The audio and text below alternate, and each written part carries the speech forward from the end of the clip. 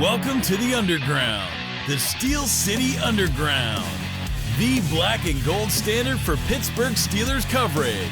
Now, here's your host, Joe Kuzma.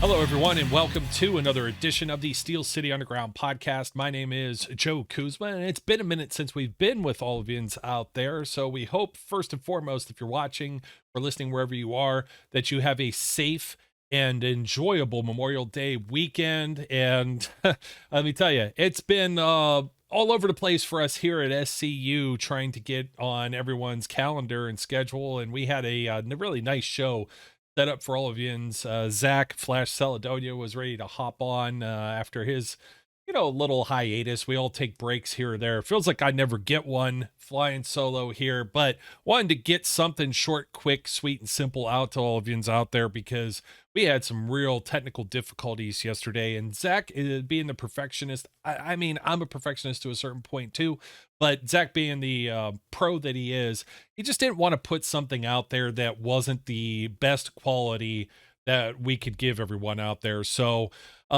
knowing that everyone's heading into a holiday weekend, we're heading into June, which is the dead period of things to talk about in the NFL. Why don't we beat the dead horse a little bit more, but from a different angle in respect to the 2024 NFL schedule? So that's what I've got to talk about again today, but from a fan perspective. And then, you know what, next week, Zach and I are going to hop back on the horn and have some more team-centric things to talk about, including some of the stuff that's come out of these early off-season workouts. So got a little bit of a sneak preview of something I was working on for everyone over at steelcityunderground.com in a written format. And just, as kind of, I guess, of a bonus or a preview to all the out there, let's take a look at this 2024 NFL schedule and how the NFL totally screwed over the Pittsburgh Steelers season ticket holders in particular, or anybody that's really looking to purchase tickets, but the season ticket holders in particular. And I want to preface this whole show by saying I know a lot of people probably aren't sympathetic to the whole resale market, the whole, StubHub, what used to be NFL. I guess they still maybe call it the NFL Ticket Exchange, but it's Ticketmaster and all their bogus fees and everything like that, right? Okay. I, for one, I'm not a scalper. I'm not the kind of guy that's just out here selling my season tickets for the hell of it, okay? There are a lot of games on this schedule. For example, Dallas Cowboys are coming to town. It's the second home game on deck, and that's a hot ticket. I've made comments before when the last time the Cowboys came to town. I think that was the 2016 season, and it was just like an invasion. It was another primetime game. Ben Roethlisberger with the fake, the Dan Marino fake, the fake spike and throw to Antonio Brown. Just two goats going at it back and forth. You had Ezekiel Elliott just running over people like Jarvis Jones. The Steelers could not set the edge, couldn't win that game. And there were just a ton of Cowboys fans that were there. Just something that I wasn't prepared for as a fan. I'm sure the team maybe wasn't exactly prepared for the crowd noise that came with that too. And now I know that's one of the few examples I could say where being at home, then, Heinz Field, now Acrisure Stadium, where I had to contend with the opposing fan base. I'm sure it's like that in a lot of places. We joke about it, but it's happened down in Miami, Indianapolis, Atlanta, where Steelers Nation just arrives and, a lot of people say it's like a 50-50 split. Well, I'm not looking to make a mint and just try and resell my tickets for the hell of it, but some fans will. They know the Cowboys fans are going to pay top dollar. They're used to paying for top dollar over in that palatial AT&T Stadium that's out in Arlington, Texas, Dallas area, Jerry's World, right? Everything in that place is like a club seat unless you're standing room only or up in the rafters. So fans knowing this in Pittsburgh, and it was like getting closer to the holidays. We were within like a month or so of like Christmas. People were like, hey, I could pay for almost my whole season by selling just this pair of tickets. And they did. And it's embarrassing. So I want to preface this by saying that when myself and, Brian, we get stuck with tickets sometimes. We are displaced fans that don't live in the vicinity of Pittsburgh. We could travel there via car and we have to make some plans. But even the folks that live in Pittsburgh get impacted by these changes. I had a pretty a big rant about the whole streaming platform thing. I didn't really want to go there again with this show. I already had an article up in the middle of the week on steelcityunderground.com. You could check that out. But it used to be before I went to these games, I was lucky if I could catch the games on the radio. You could get like maybe a signal that was like staticky. You couldn't even get every game on TV unless, and I was 5 minutes from, I could literally walk to the Pennsylvania state line. I was on that side of Ohio, but it was like this imaginary boundary made it so I was in Cleveland Browns region, and that's who I was going to see unless there was a blackout and then they were going to show some other game or no game at all, maybe a bunch of infomercials. So it used to be really frustrating. It's nice to have the streaming options. I know you got to pay for it, but trust me, it costs more to go to these games and in person. And that is that's one reason why like Sunday Ticket could be better too. You go to the games and then you need to be able to catch the other games and you can't catch it in your local area. That sucks. And I know like Brian catches the double whammy because it's like, hey, you're paying for season tickets, you're going to be in person, so these are games you're not even going to watch using Sunday Ticket, but hey, still pay for Sunday Ticket. So our value of Sunday Ticket is diminished because we're seeing a lot of these games, at Acrisure Stadium. This is where you get into it as being a season ticket holder is if you can't make a game, there's a game that's less desirable. The team just goes into the crapper like last year with Mitch Trubisky at quarterback and even Kenny Pickett for that. They lose the 2-win teams, right? With Arizona and New England Patriots. And all of a sudden, like, okay, the people that are trying to make a buck off of selling these tickets, that's part of their business. They're going to make some off the Cowboys. They're going to take a hit when it's the Cardinals. Cardinals don't have fans that are really traveling or a large fan base that's going to go, they might have a few diehards, but it's not the same as the Cowboys, right? Or some other teams, Green Bay Packers, for example. So usually it's myself and my cousin. I have a pair of tickets, and if I can't take one, then okay, he could take his son or something like that, and it's not a total loss. You're not eating that money, or we split it a certain way, whatever might be the case. But not everybody's so lucky, and in some cases, we're like, hey, we're looking at the schedule like for Christmas Day, and like, look, not sure I'm gonna be able to make that game. And this happened with Christmas Eve with the now Las Vegas Raiders as well, when they had the throwback, the 50th anniversary to Franco Harris and the Immaculate Reception. And that was on Christmas Eve. It becomes like around the holidays, we're going to be like ostracized from our families for going to these games. So, I mean, this Christmas Day is just like the cherry on top as far as what the NFL did this year with this schedule. But it screws the fans just as much as the team. The team having to play like all these divisional games late and everything like that. If they don't have their act together come like November, 17th, it gets when they open up finally the AFC North slate with a home game against the Baltimore Ravens. Hopefully they have it all figured out by then. They could work out any of the kinks that they need to with Arthur Smith as a new offensive coordinator, Russell Wilson as a new quarterback. You have this whole like offensive line is going to be a shift. We'll see. Probably Broderick Jones moved from the right tackle position to left tackle with Troy Fontanu, just drafted in, hopefully playing on the right. And then you have Zach Frazier in the middle. So you got a lot of moving parts and pieces, and hopefully these all meld and gel, or else, you know what? Forget about the ticket resale thing. Now, I'm not in this for the resale. I go to these games. So that means when I travel, I'm usually booking a hotel room. I'll book a hotel room on a Saturday night. I'll come in, and then I'll tailgate all Sunday morning. Sunday 1 o'clock game, boom, you're in the door. So I love the tailgating experience. I load up the tent, I load up the grill, got the cooler full of, the adult beverages, whatever might be on the menu to start the season. I mean, we do some cool stuff too. Myself and my cousin Brad.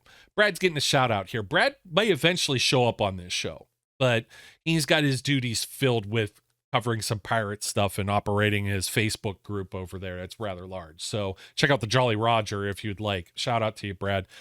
We do steaks. We've done like slabs of ribs. I've made hibachi on a Blackstone before. So like I am like a connoisseur of doing everything right with tailgating. It's kind of cool when you have a 425 game, because then you can bring a TV, you can watch some of maybe the first half of the 1 o'clock games, whatever might be on local. You use the rabbit ears, or we've streamed sometimes using data plans, Wi-Fi, whatever. You get the Sunday night games that you go to, And it's like, how early do you get there? And you're missing some of the 1 o'clock games. I'm not booking a hotel room Saturday night. Usually I'm going to book it Sunday night, because by the time you get out of these Sunday night games, it's probably like midnight. And then it's like, good luck if you're hungry. You don't, you eat before the game. You're going in at like 7 o'clock, 7:30. And then it's like, you're getting out at midnight and you're hungry and you're like, damn, what the hell's open? Well, not a whole hell of a lot on a Sunday night. Not even like some of these McDonald's that are in the Pittsburgh area are open that late. And not, I know this is blasphemy to Flash, who loves the Golden Arches. I don't knock it. I like my chicken McNuggets. I like my fries from time to time. It's not exactly the thing that I want to be eating after I already had the tailgate menu I'm talking about, with a few beers, maybe a beer in the stadium. You got to watch the waistline. I'm in my 40s now. You know what I mean? And start taking baby aspirin to reduce the risk of heart disease. Boom. That's a deep Step Brothers quote for you. So let me talk about some of these individual games that are on here, because I've talked about some of my game planning, and I know the people that like live around Pittsburgh, they're going to be like, cry me a river, but it still takes time. There's still traffic. You got to get to the game early. If you're not down there in the vicinity of the North Shore about 2 hours to kick off, maybe 90 minutes, you're stuck. If you even have prepaid parking, you're not getting into it. Good luck. You try and drive anywhere around the stadium, good luck. And you're landlocked. There's a lot of stadiums actually are like this, because the cities in which they're based, Cincinnati's on a river, also, Baltimore's right there out by the bay. So a lot of things are landlocked. Cleveland's right there on the lake. Cleveland is very difficult to get in and out of. I don't try and park down in near that. And then they want to move that stadium anyways. They want to put it out by the airport. I'm not sure the highway infrastructure is like that. Buffalo is in the middle of residential. Green Bay is in the middle of residential areas. There's just people in their homes. They're in their front yards, in their driveway. They're tailgating. It's like, so any of these fans get impacted by what day and time these games are. And going back to the season ticket holder thing, they started a few years ago. They wanted to do this for fans. And I don't know why, because there's waiting lists for season tickets. There are very few tickets that are sold direct, available on Ticketmaster. Not like some other teams. Some other teams have, maybe not as successful. You talk about somebody like the Cardinals, for example. Maybe they don't sell as many season tickets. They don't have as many diehard fans. But for the most part, the Steelers are season ticket holders. Most of them are licensed season ticket holders, which means they have the PSLs, the private seat licenses. They ponied up however many grand or wherever that you're guaranteed that seat, that section every single year. But you also auto renew that ticket. And that ticket is usually, each one, it's a 10-game package. And when it was a 16-game schedule, that meant you had 8 home games. When there was a 16-game schedule, that meant there were 4 preseason games. So you had 2 lousy preseason games, and you were paying the same price for those as you were for your regular season games. Now, I don't know. This was the last paper ticket. I have it sitting back here for those of you that are watching here on YouTube. Okay, this was against the Buffalo Bills. This was 2019, because then COVID happened. It's all digital. And I know they give you some commemorative stuff and whatever now, but this was like the actual ticket. I used to wear this lanyard around my neck, had the holder. It was like really cool. They printed up the tickets. They had a real nice artistic style to it. I think this one says it was like $108. And I could tell you it's more than $108 now, 5 years later, maybe 6 seasons later, right? Let's pull it up. Do I have the graphic? You've been looking at me long enough. There we go. Maths with Joe. So I'm just going to call it $100 for a ticket. And it depends on where you sit. I'm corner end zone. You get further out toward the 50-yard line, it costs more. You go up in the club, costs more. If you're over in the actual end zone, might cost a little less. Depends if you're up high in the 200 section that isn't club there, or further low. You go into the Champions Club that's on the other end zone. Those are way, way, way higher. Those cater to, I guess doctors, lawyers, or something. I'm fortunate enough to be able to spend what I spend on tickets. Some people say, oh, well, those are outrageous anyways. But yeah, this is the whole point, is like when it was $100 preseason ticket, and it's like, you've got a game that's here Friday at 7:00 for the first one against the Houston Texans this year. Okay, great. It's a Friday. You got to make plans to try and get out there. Are you taking time off to go out on a Friday? I mean, at 7:00, even if you work in the Pittsburgh area and you work a 9 to 5, you're getting off at 5. Good luck getting to that game. You know what I mean? And usually, it's not as well attended People are going to be excited this year. There's certain things. People were very excited to see Kenny Pickett play a couple years ago. Local guy, just got drafted, brand new quarterback. People are going to be excited to see Russell Wilson, Justin Fields. So there might be some like tepid kind of excitement and expectations for these. But, for the most part, when it was just Ben Roethlisberger and you knew he wasn't going to play and it was going to be like Landry Jones, or it was going to be Charlie Batch, or it was going to be, my goat here is the backups, Mason Rudolph. Somebody like that playing, and there wasn't a whole lot of excitement to it. You knew you weren't going to see certain starters play, and people usually give their tickets away if they can. Brian has given his tickets away. I have given my tickets away. We used to run like a contest for it. The 1 year a guy won a contest here with Steel City Underground, and then he was like, well, I'm not gonna be able to go to the game. Give it to somebody else. I live in Indiana. And it's like, well, why are you playing thank you for supporting the platform, but we're trying to give these to somebody who would appreciate and use them. So we were like, why even do a contest? Somebody reach out to Brian. He deems you're, willing and able. And aside from that, sweepstakes have to follow certain legal, whatever, you know what I mean? So we had to go through all that hassle in order to give these away to somebody who didn't use them. So thanks a lot, bub. At least you're supposed to follow certain legal things. Try and do things by the book for the most part. So we just decided, hey, just give them away if you're not going to use them. So we go to give them away. Sometimes people use them. Sometimes they don't. They tell you on Ticketmaster, we could look on our accounts and see if the tickets were scanned. And sometimes we get stuck with an extra and it's like, hey, do you want to sit with us? Cool. Come on down. We got an extra ticket. You know what I mean? No cost to you guys. It's fine. We're already paying for this. So you end up eating let's say $100 for a ticket, especially in the preseason. Now, what they wanted to do is they made these tiers for pricing, and they have these premier games. They have black games. They have gold games. They have all this and that. The schedule got changed. It's now a 17 game schedule. So it's like, okay, great. You knock $30 off and make the preseason ticket $70 now. Okay, fine and dandy. That's great. That $30 just doesn't go away. The Steelers aren't eating $30. No. So if you're paying for a 10 game package and it was $100 a ticket, that's $1,000 for the season. We're just going to do this just for basic maths with Joe here, right? $1,000, 10 game slate. Let me get something to drink here. And then we get fired up about some of this because it's like, you at least want to try and make your money back selling tickets. Well, you're not going to do that with the preseason. Now, most people they're giving these things away. You're eating money for it if you don't go as a season ticket holder. You're not getting $70 back unless you have prime real estate that somebody wants to take people to. These are the games that I could take my 10-year-old daughter to, because there's not going to be as many people getting drunk and swearing and everything that's an NFL environment over a preseason game, or at least you would hope not. You don't really want that in the regular season, but let's face it, some adults are still just grown children and can't, handle their alcohol. For Lord's sake, I say this in all seriousness. I mention adult beverages. I'm not, if you follow me on Twitter, you see I check in the craft beer stuff and everything like that. Love my craft beer, but I don't get so drunk that I can't remember what I'm spending $100 and some for. Probably it's up to 130 a game on average, 135, 140, whatever it might be. Why? I'll just do that on a random day during the week. I want to remember what I'm paying for and what I'm going to do. So don't get pissed drunk, people. And this is coffee that's in here, not an adult beverage. That's some good stuff, man. Caramel vanilla cream. Anyways. Yeah. So season ticket holders, 10 game package, whether it's now you only have 3 preseason games. 17 game schedule means you have 8 or 9 home games that are regular season games. Well, this year the Steelers get screwed first and foremost, the ticket holders, by having 2 preseason games. Again, 8 of these games are regular season games. For the resellers, this sucks. They're eating 2 games instead of 1 at home. 2 preseason games, 2 of those $70 games. Well, that means 2 of the other games are worth a little bit more money. It might be a little more value. I think one is the Cowboys, for example.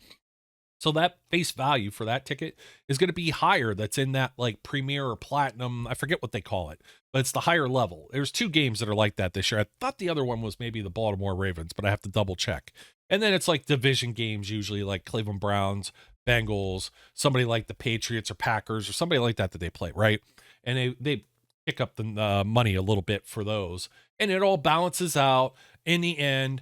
Season ticket holders still paying the same set price no matter what, because it's still 10 games and it's still that price.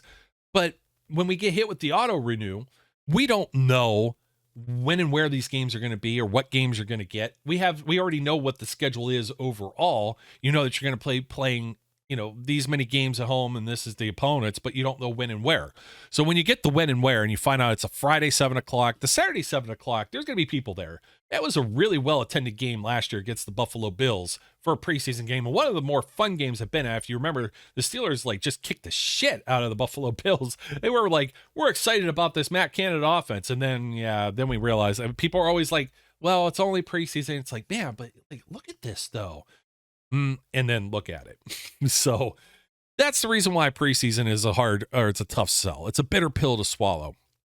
And then the last game's week 3 to Saturday. It's a 1:00 Saturday game in Detroit. Good old Detroit Ford Field. That's a short trip for me. I'm like, when I go to that, it's still preseason. So it's like, I'm not looking to spend a lot of money to go to a preseason game, but to go to a different stadium and just kind of chill. But it's not the dress rehearsal game. You're getting all the backups that are playing. And so Detroit fans, they're not going to be able to really sell those tickets as much. They might get some sucker Steeler fans that show up. Then it gets into the real part of the season here, right? And this is when you want the good weather games. You got the first week at Atlanta, September 7th. That's nice. It's in a dome in Georgia. It's not going to be too hot there. But this game in December would still sell like hotcakes. But this isn't a home game. What I'm meaning is I knew a guy who was much older, and then the guy that I also bought my season tickets from and my license and whatnot, retired. You start to get older. You don't want to go when it's cold or it's nasty out, or even risk your life. That Christmas Eve game I went to, there was snow and ice storms everywhere. It was nasty conditions to travel in. 9 degrees, I think, at kickoff. I remember the beer, the Yingling that I had, was like a slush. It was freezing and just foaming out of the top of the can. The can was ready to explode. You had to drink it so quick or it froze. It was insane. You wouldn't have that problem in Atlanta, but you wouldn't have that problem in Pittsburgh either. But it seems like the Steelers they got their home opener for week 1 last year, and then we could wait another 8 or 9 years before they get another one. Well, let's send them on the road again to Denver in week 2, and we're not going to have a home game until week 3 against the Los Angeles Chargers. 1:00 game. Okay, cool. But that's the only game in September that's a home game. The very next week, on the 29th, they're at Indianapolis, another dome stadium team. And it's you would like to have these dome stadium games at least when there's inclement weather. That's not only good for fans. I went to Indianapolis. It was around, Thanksgiving weekend 2 years ago. Great facilities. It was nice. You just had to wear a little bit of a coat that I ended up taking off inside just to walk up to the stadium because it was a little cool. It was a Monday night game, I think, if I remember correctly. So you get the other game. You come back, you have a Sunday 1:00. That's one of the Sunday 1:00 games. There's only 3 of them on this schedule, a traditional. So this screws with the team, but this screws with fans too, because now you got the Dallas Cowboys. This is a Sunday night game. That's one home game. It's in between. You got the Vegas Raiders. That's on the road in Las Vegas. Another prime ticket to pay for, and another dome game. And it's okay. We'll have all the bad weather games late in the year. Well, let's wait until late in the year, and then they don't play in a dome. And then Sunday night against the New York Jets. So another primetime game, another Sunday night game. And then Monday Night Football, October 28th, 8:15. 3 primetime games. 3 of the 4 now. You go from 3 of the 4 being on the road, the 3 and the 4 being at home, but all primetime games. They're all Sunday or Monday nights. So you got fans on Sunday nights, Monday nights. They're even if you're local, you're I got to hightail it. I got to be at work, in the morning. I can't be here if this game takes too late. So this screws the Steelers. This screws the fans that pay their hard-earned money, that might have to leave the game early, beat the traffic. Maybe they don't want to, but maybe they can't help, but they don't have vacation time, or they have to be at a certain place at a certain time. It sucks. It really sucks. And then you have a bye week, and you're into November already, and then you're on the road. So now, the 80-year-old retired teacher, Phil, that I used to know, he's not interested in going to these games in November. Maybe he has to sell them early enough. He can't wait for the weather report.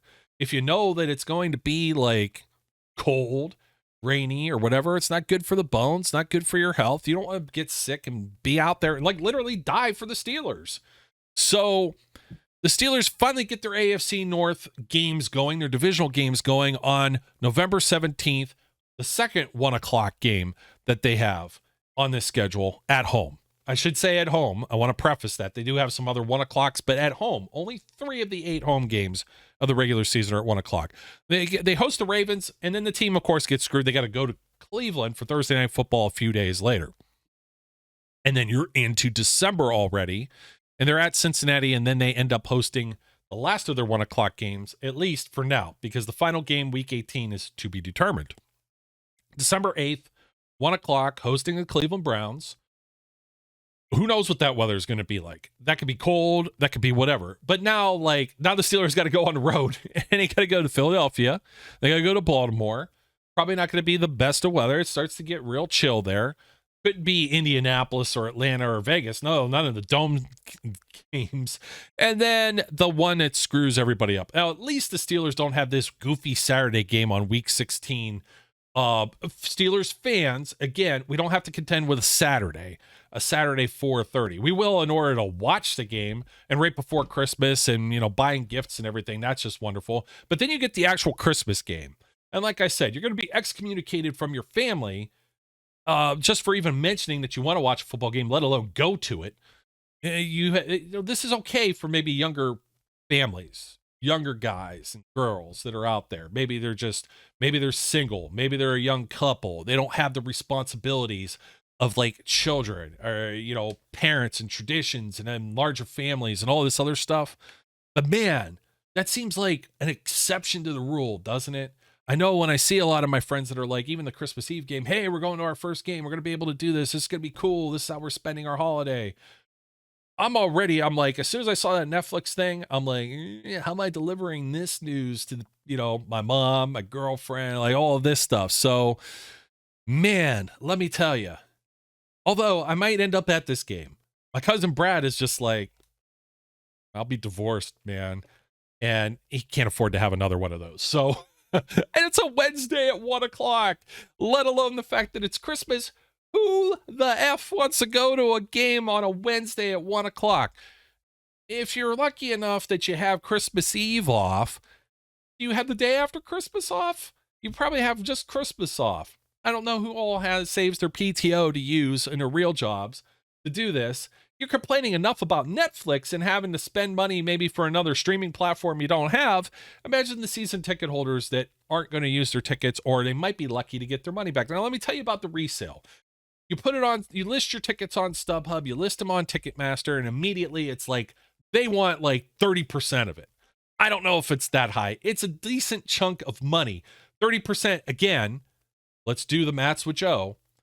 That's at $30. So if I have a $100 ticket that I'm trying to sell and make my $100 back on Ticketmaster or on StubHub, I've got to list it for at least $130. So now when you go on there to buy Joe's ticket and it's listed for $130, and you go through the Ticketmaster thing and they tack on their service and convenience fees and tax, oh man, is that theft, right? Yeah. So you're already out to like $170 or $200 by the time you do all this. And you're like, how did we get to $200 from $100? You used to get the ticket, the physical ticket or the printout, and the face value was like $100, and you feel like you got took. And it's like, no, you didn't get taken, because the original ticket holder's lucky they got their money back. And that's if they listed at the bare minimum. If you can get people to pay $200 or whatever, because then there's people that are going to get desperate. It's getting closer to that time, and they want to sell their ticket and get something back, even if they're at a loss. So now they're going to sell their tickets for well under the face value. You're not going to get your $100 back. And now you're competing with those people, and it's basically like an auction, because if you could sit like just 2 rows back from, you're looking at my tickets, and you could sit 2 rows back and you could save yourself $50 on the pair, I don't blame you.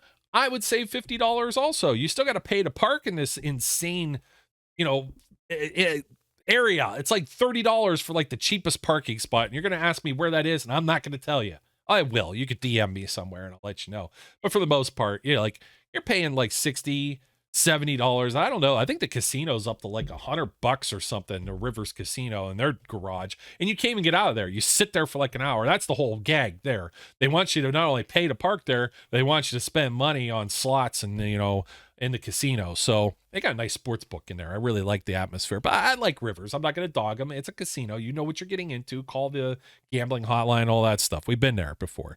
So Kansas City Chiefs, and then you got the last game of the season, of course, and it's a to be determined. It's always going to be a TBD, and it's going to be usually a divisional opponent because for the competitive balance. If these games mean something, and the Browns are jockeying for a spot, and if the Steelers were to lose and the Browns win, and that gets them into the playoffs, and the other team doesn't make it, so they're going to play them at the same time Sunday, 1 o'clock. But they're going to have some Saturday games, and they're also going to have the Sunday night games, and of course the West Coast is going to play the 4:25 slate. So a majority of the games will be the Sunday 1 o'clock, unless they're games that no longer mean anything. It's already been determined. Or like the two teams that are playing, usually within their own division, their outcome does not impact another outcome within that same division or somewhere else within the AFC or something like that. So there is a possibility here. This should be a Sunday 1 o'clock game against the Bengals in week 18. But as a season ticket holder, you're not going to know until like the very last minute. So now your hotels, you get to pay the Steelers tax. The hotel costs go up. And, you got to make all the other stuff that I've been talking about. And if you don't, and then you go to try and sell your tickets last minute, and then, that's what I said, last minute, then you're probably not getting your money back. And in the end, if you're not going to every game yourself and you have to give a few up, it's a kid's birthday or something, and kid is playing in a sport, or there's some type of like milestone thing that's going on and you can't miss it, then you're SOL. You're losing money. And that's how the NFL is screwing over the season ticket holders in general. It's like a use it or lose it situation. And if you don't get anything back, then you're out a couple $100 for that game entirely. There is a situation here where, let's say the Steelers do well and the Bengals also do well, and all of a sudden this turns into a Sunday night game that's going to be like January 5th. It's cold.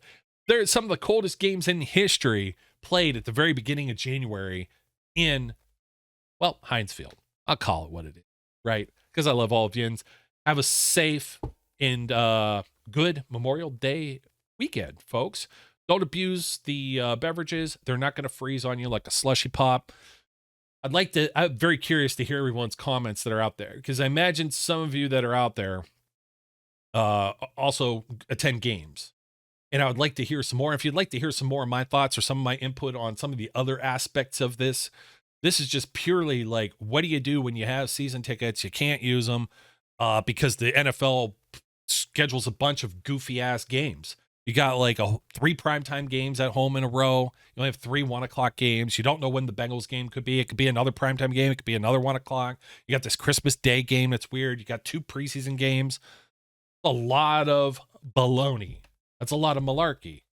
Not Mike Malarkey, but I digress. Folks, don't forget to like, comment, subscribe, leave a rating, review wherever you're watching or listening from. We appreciate all of you that are out there. Once again, my name is Joe Kuzma. And as we close off the show all the time, we encourage everyone out there to be safe, be good, and we'll catch you later. We would like to thank you for listening and remind our listeners to follow us on social media and our website, www.steelcityunderground.com.